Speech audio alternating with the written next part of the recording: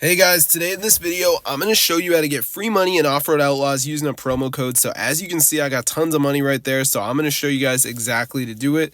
This is really easy, guys, and you don't have to be a pro or anything. Just go to this site, zestcoupons.com, find the Off-Road Outlaws promo code, press get code, and then just press show coupon code, and it's going to generate it.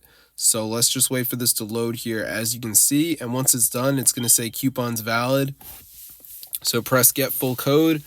And now it is going to ask you about your shipping, and then it's going to ask your email address because obviously they're going to send you the promo code that you get to your email. So after you press continue, it's going to say activating your reward, and then it's going to make you do like a survey and stuff. So as you can see, it says great work. All right, survey complete to continue to your reward. So let's do the survey, guys. I already filled in some information. It might make you fill in some information, but let's do the survey right here. Fairly easy.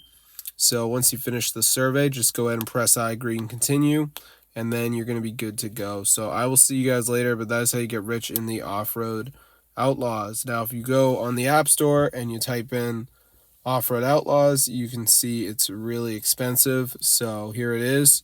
And if we go to in-app purchases, you can see that, yikes.